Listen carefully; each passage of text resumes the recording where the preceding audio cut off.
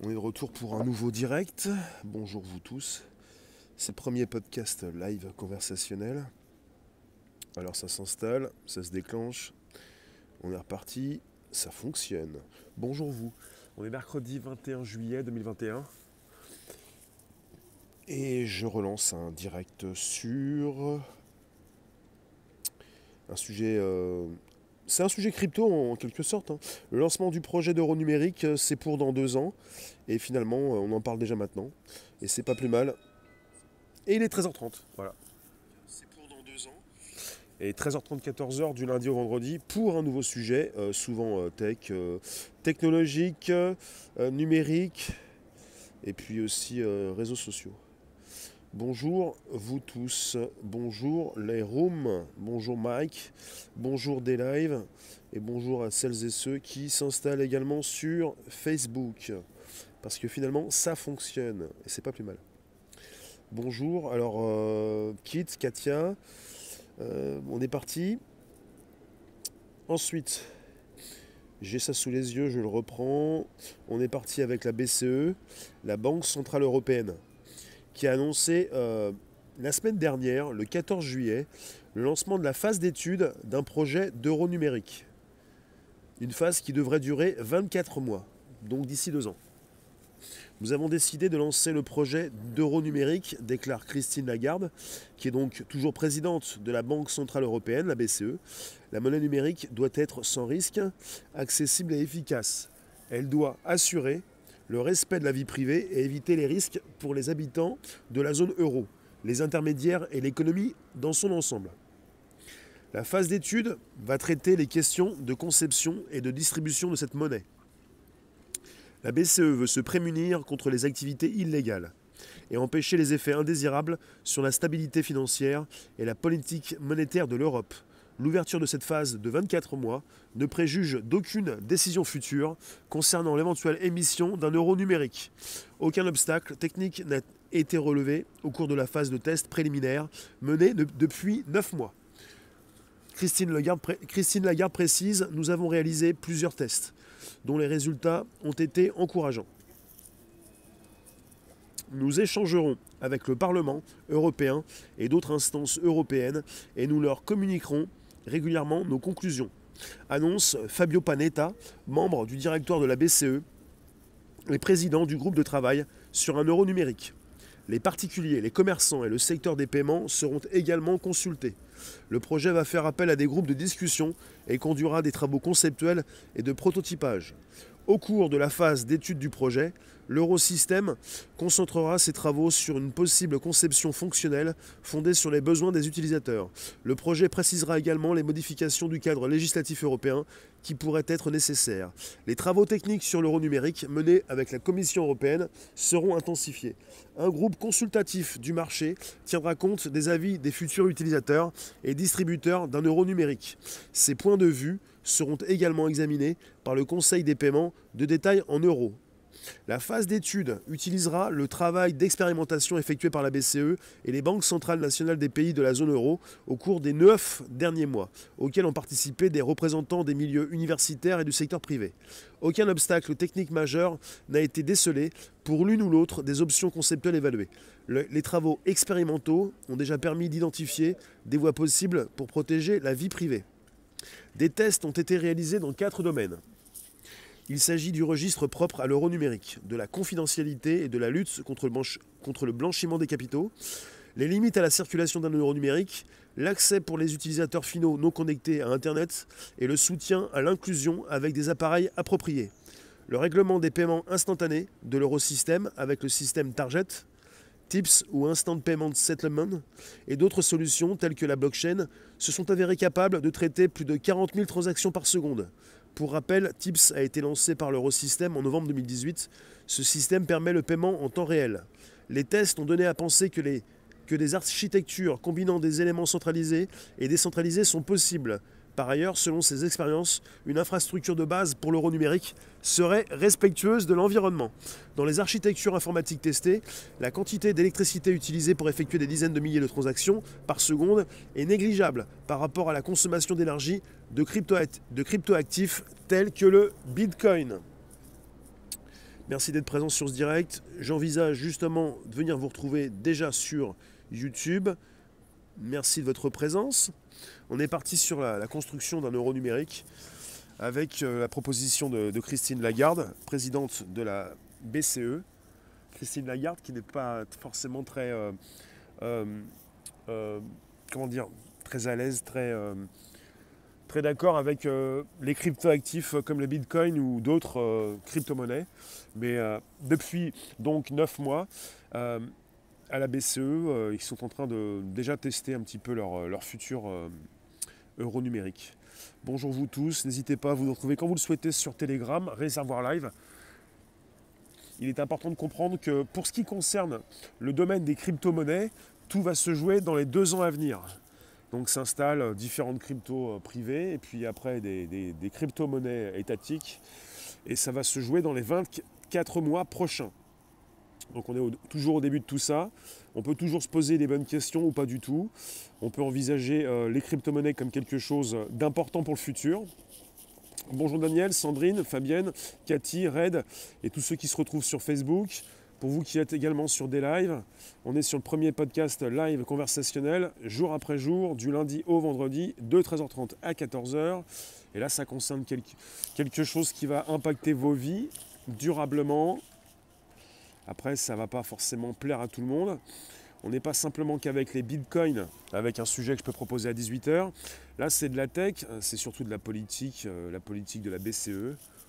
Les tests ont déjà été faits. Les tests ont donné à penser que des architectures combinant des éléments centralisés et décentralisés sont possibles. Bah oui, ça je veux bien, mais c'est ce qui est déjà présenté sur différentes cryptos, hein. Les cryptos peuvent être centralisés ou décentralisés, dans des portefeuilles aussi qui peuvent être centralisés ou décentralisés. Il s'agit de s'intéresser un petit peu aux crypto-monnaies, et là ça concerne le futur euro numérique. Et Christine Lagarde qui a précisé récemment par rapport à ce lancement de la phase d'études, ce 14 juillet, elle a précisé « Nous avons décidé de lancer le projet d'euro numérique ». La phase d'études qui va traiter des questions de conception et de distribution de cette monnaie. Avec justement en ligne de mire la BCE qui veut se prémunir contre les activités illégales et empêcher les effets indésirables sur la stabilité financière et la politique monétaire de l'Europe. Ils ont vraiment intérêt à se mettre en place rapidement, puisque finalement, par rapport à cette BCE et Christine Lagarde, ça fait plusieurs mois, enfin maintenant on est au courant qu'ils sont déjà en phase de test, ça fait plusieurs mois que quelque part vous avez la BCE qui vraiment tape souvent sur les crypto-monnaies. Parce qu'on vous précise, aucun obstacle technique n'a été relevé au cours de la phase de test préliminaire menée depuis 9 mois. Donc maintenant je comprends mieux pourquoi à la BCE, ils tapent souvent sur les cryptos en ce moment, depuis le début de l'année, puisque finalement, ils sont déjà en phase de test préliminaire. Et ils ont bien intérêt à aller vite, assez vite, pour la proposition de cet euro numérique, parce que d'ici 2 ans, on va avoir l'installation également des crypto-monnaies privées, comme le Bitcoin ou l'Ethereum, dans la vie de tout le monde, monsieur, madame, tout le monde.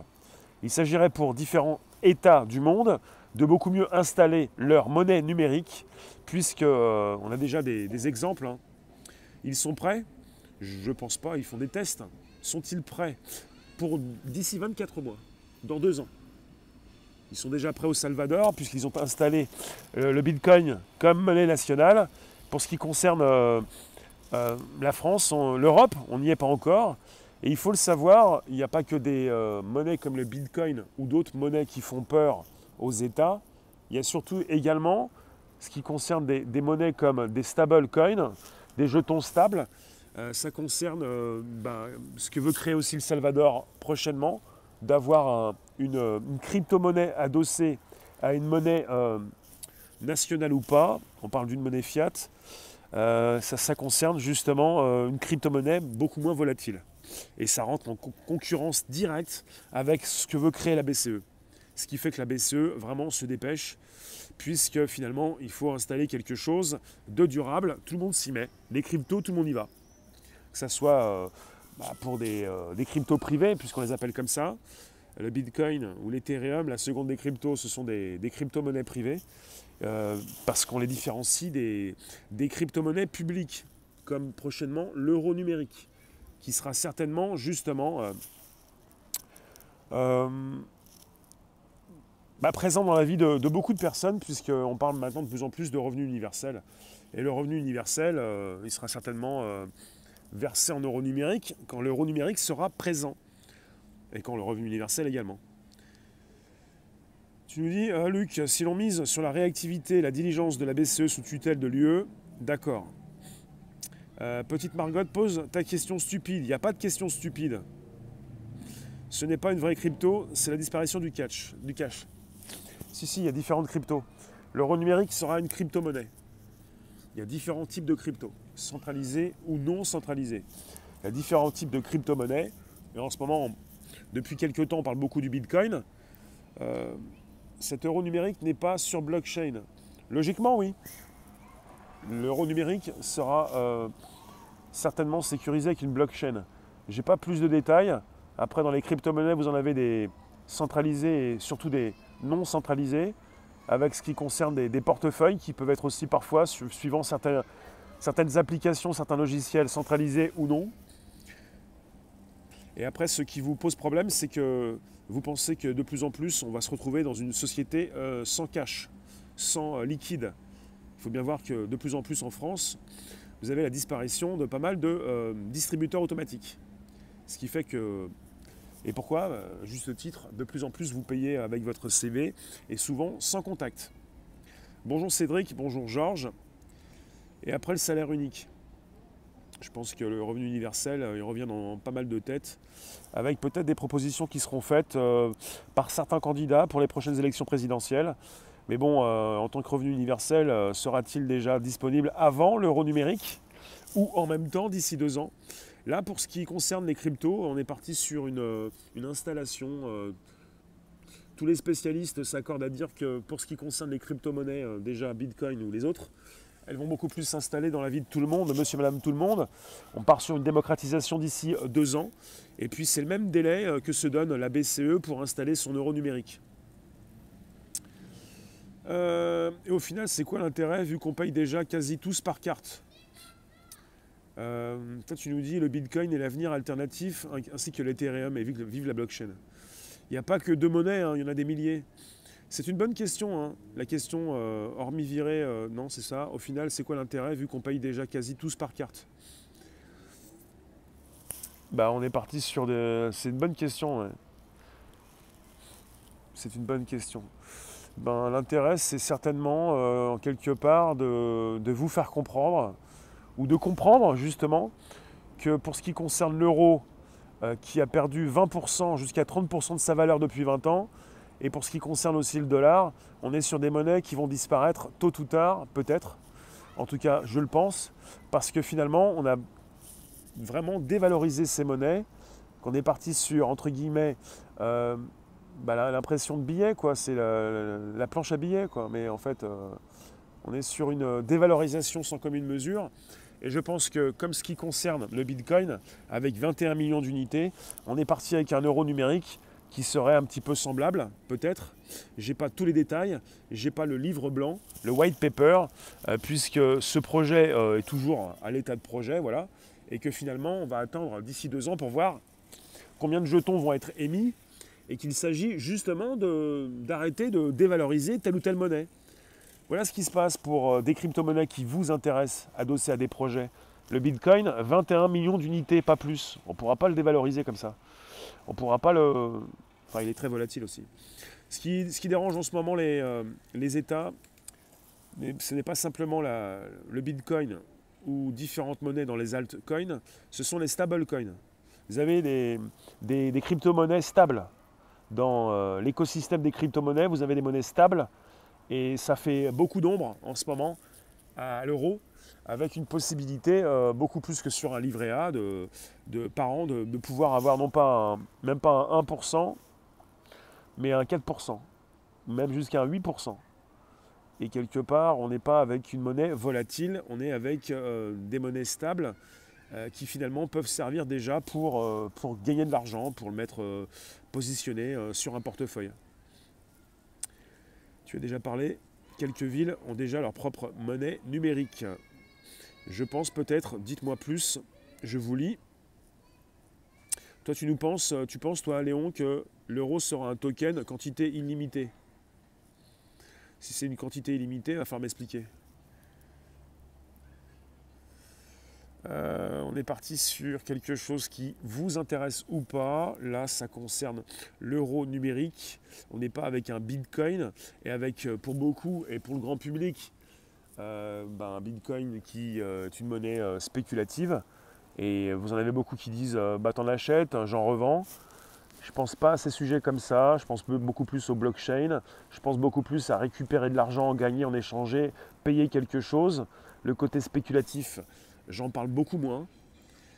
Et finalement, voilà pourquoi ce sujet a une importance, puisqu'il ne s'agit pas de penser à une spéculation future sur l'euro numérique. On n'est pas avec le Bitcoin. On n'est pas non plus avec l'Ethereum. Il va y avoir des achats liquides et des achats différents en numérique. Les deux versions monétaires physiques et numériques pourraient fonctionner en même temps pendant un certain temps. Ça, c'est une bonne réflexion. Le temps de l'adoption. En conséquence, plus de traçage sous prétexte de lutte contre le blanchiment d'argent sale. Ça laisse entendre que la monnaie physique va disparaître au profit de l'euro numérique. Oui, si on est parti sur la BCE qui veut lancer son euro numérique, elle n'est pas la seule. J'en parle souvent en live crypto, mais vous avez déjà la Chine qui a lancé sa monnaie numérique, son yuan numérique. Et voilà, il y a de plus en plus d'États dans ce monde, de pays, qui souhaitent lancer leur monnaie numérique. Et en 2008, quand on a vu l'arrivée du Bitcoin, c'était pour éviter, plus ou moins, puisqu'il a été créé avant, mais dans l'esprit de beaucoup, c'était pour éviter qu'on ait de nouveau des cracks boursiers, un crack boursier, enfin une chute, une dévalorisation des monnaies. Et là, on est proche, si ce n'est pas déjà fait, d'un crack. On est dedans, on est proche. Et finalement, on n'a pas réglé les problèmes. Après, peut-être que quelque part, pour l'euro numérique, il va falloir savoir un petit peu comment ils vont le construire, sur quelle blockchain, avec quels participants. Ça serait intéressant d'avoir une transparence totale, parce que finalement, un euro numérique, c'est quand même quelque chose d'assez fort. Vous n'êtes pas avec un bitcoin qui, dans l'esprit du grand public, est très spéculatif, pour ceux qui s'y connaissent. Un euro numérique, si jamais vous avez par la suite la proposition d'un revenu universel que vous touchez en euro numérique, ça va être très particulier. Vous aurez peut-être un portefeuille dédié avec un euro numérique avec lequel vous allez pouvoir payer certaines choses mais pas d'autres, ce qui pourrait justement vous poser problème. Si on est parti avec la disparition du cash, du liquide, si vous êtes tracé du matin jusqu'au soir et à vie, ça peut également vous poser problème. La Fed aussi parle de dollar numérique. Je crois que j'ai entendu parler de ça, ouais. Merci d'être présent sur ce direct. On est sur un podcast du lundi au vendredi de 13h30 à 14h pour un nouveau direct. Oui, plus besoin de banque, assurance notaire. Oui, pas simplement qu'avec l'Ethereum, avec les monnaies crypto. Il y a souvent des blockchains qui créent la monnaie, qui la sécurisent avec la suppression des tiers de confiance. C'est la fin des banques, la fin des avocats, notaires, la fin des assureurs, plein de choses. Après, à savoir si l'euro numérique, dans un portefeuille que vous avez, vous permettra de l'échanger et de transférer vos euros numériques dans d'autres monnaies. Si tout sera lié, comme tout est lié avec ces crypto-monnaies privées, avec tout ce qui concerne l'écosystème, avec Bitcoin, vous pouvez le transférer en ETH, Ethereum, en Doge si vous voulez, en Cardano, en ADA, dans toutes les crypto-monnaies actuelles. Alors, numérique ou pas, il y aura ceux qui en ont, et les autres. On a tous de l'argent. On a tous de l'argent, il n'y a pas ceux qui en ont et les autres. Vous allez tous, en France, tôt ou tard, je pense, c'est prévu en tout cas, c'est une forte proposition qui revient régulièrement, suivant aussi les élections présidentielles, avoir justement un revenu universel. Tous les Français toucheront sur un portefeuille en ligne, peut-être avec l'arrivée de l'euro numérique, une somme d'argent. Beaucoup parlent de 900 € par mois. 900 € par mois pour tout le monde. Pas simplement ceux qui n'ont pas de travail, ceux qui sont dans la misère, mais tout le monde. Ce qui fait que tu auras un portefeuille en ligne, peut-être avec l'euro numérique, si justement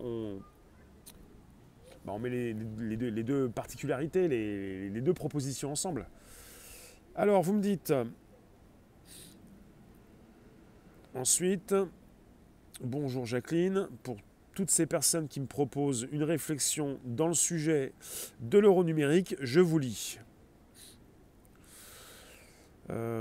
Si jamais j'ai un chat qui fonctionne comme il le faut. Merci pour les soutiens sur des lives. Bonjour KR. Fini les billets sous le matelas. Je pense que ça fait un moment que c'est fini. Hein. Les banques insistent de plus en plus au paiement sans cash. Contrôle total de l'utilisation de l'argent. Fin du cash. Mais on peut déjà dire que c'est la fin du cash. Parce qu'il y en a beaucoup qui disent « Ah oui, ça va être la catastrophe, c'est la fin du cash, bientôt. » Il y a très peu de personnes qui payent avec du cash, beaucoup font des transactions avec des CB. Et puis finalement, la fin du cash, elle se précise, mais elle est déjà un peu en marche. Hein. Elle est pas mal du tout même. L'initiative de la BCE, tu nous dis… Alors Luc, l'initiative de la BCE conforte durablement l'assise, donc l'existence des cryptos. Absolument. Et les NFT, j'en pense quoi? Venez retrouver ce que… Je fais des sujets hors événements spéciaux tous les soirs 18h.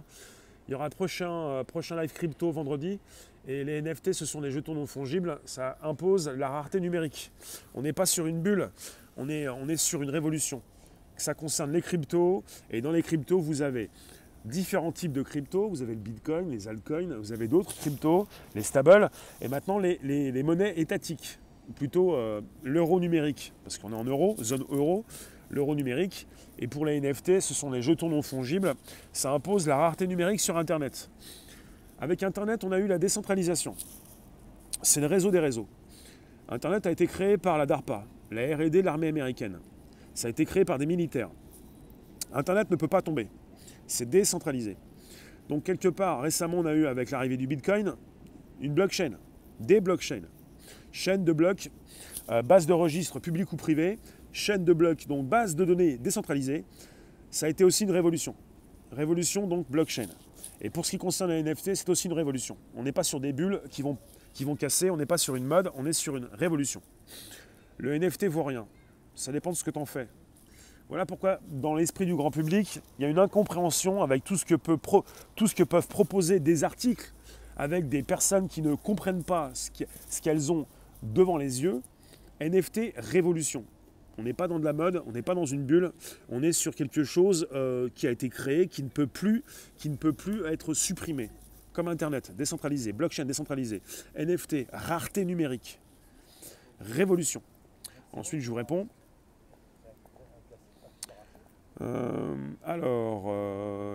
L'euro numérique débouchera sur le revenu universel. Je ne sais pas si le revenu universel va arriver avant ou s'il y arrivera en même temps, puisqu'on propose à la BCE un euro numérique en projet qui pourrait arriver d'ici 2 ans. Est-ce que le revenu universel va arriver en même temps ou un peu avant? Ensuite, vous me dites, si c'est comme au Monopoly, tu passes par la case départ, tu touches les 20 000. Ensuite, comment faire pour les charges en prélèvement par la banque? Merci. On ne parle pas des banques. Les banques, c'est fini. On parle des crypto-monnaies. Donc les frais, il n'y a pas de frais. Enfin si, il y a des frais quand tu utilises des crypto-monnaies par rapport aux transactions. Mais les banques, c'est terminé. Dites-moi tout ce que vous avez dans les mirettes, s'il vous plaît. On parle justement d'un sujet avec une installation d'un euro numérique d'ici 2 ans. Enfin, c'est fini, c'est presque fini les banques. Avec l'euro numérique, nous serons à la merci du système, plus aucune liberté. Il serait intéressant d'avoir toujours le choix, de toujours avoir du cash, oui.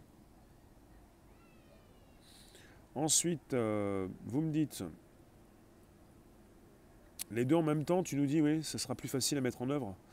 Là, quand je vois que la BCE propose son euro numérique d'ici 2 ans, j'ai tout de suite pensé justement au revenu universel, qui pourrait arriver en même temps, un peu avant, je ne sais pas comment, peut-être, pourquoi pas, et peut-être aussi après s'installer, ou en même temps, s'installer pour…